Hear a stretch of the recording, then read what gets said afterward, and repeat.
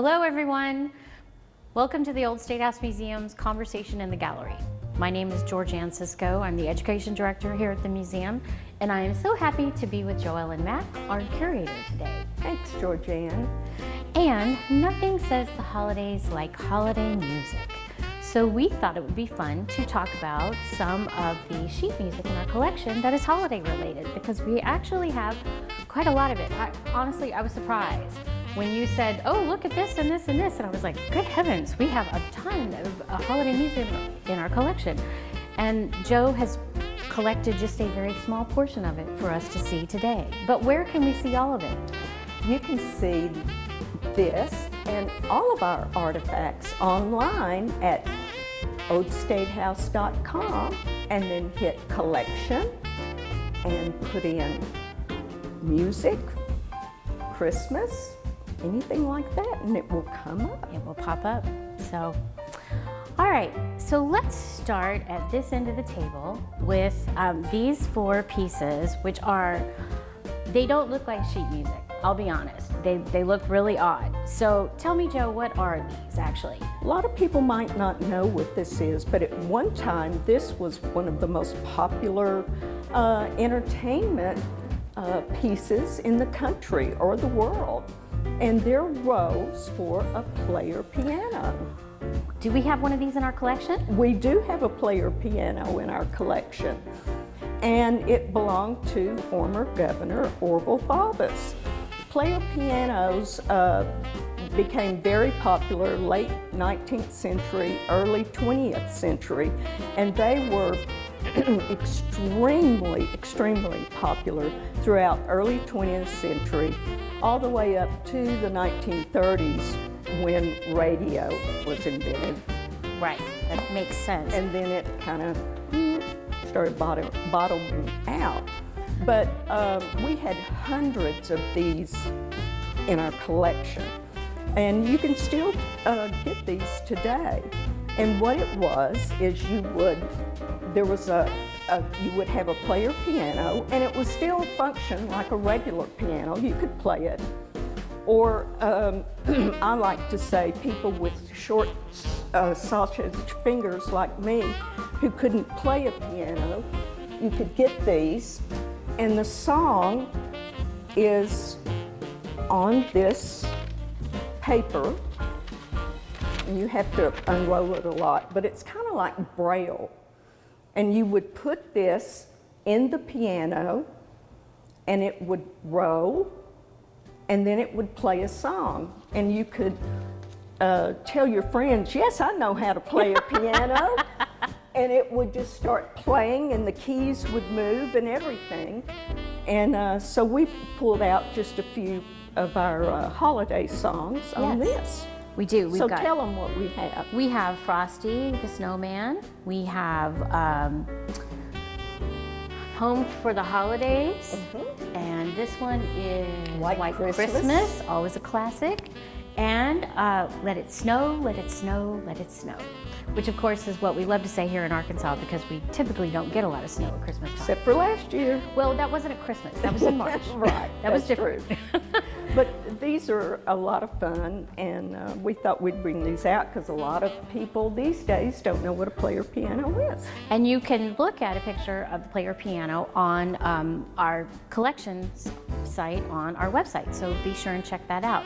Now we have another selection of music for you, and let's start with March of the Toys. Yes. I love this piece. It is actually, was written by Victor Herbert, who wrote an operetta called Babes in Toyland. It was eventually turned into a Broadway production, and then a movie musical. Disney, Yes. And this, Victor Herbert wrote a ton of songs for this that have all become really popular, and Joe can probably name all of them off for you right now. No. Oh, no, okay. But this one, but March of the Toys was one of the most famous songs to come out of this show, which, and they play it like every year at Christmas time on Turner Classic Movies. Yes. You can usually watch it then.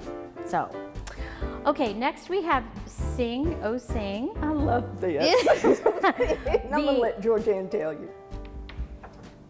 Anna Priscilla Risher was an American composer, musician, and teacher.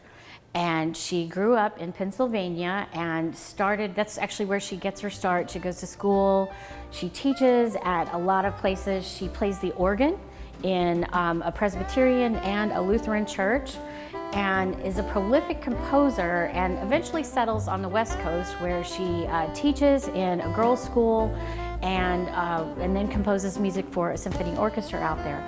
And she, like I said, she was a prolific composer, and this song is so interesting, and Joe loves to talk about why. Well, I just found this very interesting when I was researching this. It's called Sing, Oh Sing, and it's sacred songs for Easter or Christmas. Which is unusual if you think about it, but the lyrics change, which Joe is going to tell us. Well, thank you, Georganne. But let me back up. When you go through it, you change it. When you're singing for Christmas, you sing Jesus Christ is, for Christmas you sing Jesus Christ is born, or for Easter you substitute born for risen. So it's appropriate for Easter It's appropriate or for Christmas. for Easter or Christmas, which you just don't see a lot of that. That is unusual. That is unusual. So the next song? The next song this is a favorite show of both of ours, Meet Me in St. Louis, and included music for a number of the songs that appeared in the movie. I watch this every Christmas because of one of the best Christmas songs ever written, Have Yourself a Merry Little Christmas, by the great, great Judy Garland. Yes. Now, the song was composed by Hugh Martin, and the lyrics were written by Ralph Blaine. Mm-hmm. And if you don't know the story, it's a true story written about the Smith family in St. Louis. It was a short story, and MGM made it into a movie, and it follows the seasons of the Smith family. It starts in the summer, fall, winter, and spring. And it sounds hokey the way I tell it, but it's a beautiful movie, and it's a wonderful Christmas It is a wonderful Christmas story, and it's interesting because the lyrics as written were, so Meet Me in St. Louis is a world, it's written during World War II. It's a time, it's the middle of the war, 1943, things are not going super well. There's not a lot of hope. And so the lyrics for the original version of the song were actually pretty depressing. And Judy Garland and Vincent Minnelli and Tom Drake have a discussion and say, I think we need to change the lyrics. And they made them a little bit more uplifting. And the lyrics undergo a number of changes over the years, and it's been recorded by so many famous people over time. But we are so excited that we have this in our collection. And the last is a holiday collection, and it's every holiday song that you know and love, and it goes all the way through the holidays, all the way up to New Year's Eve, where people love to sing All Lang Syne. Yes. So we've got you covered on this one. So, well, thanks so much for joining us today for this look at some of the holiday music in our collection. We appreciate you spending this time with us during the holiday season. And happy holidays. Happy holidays.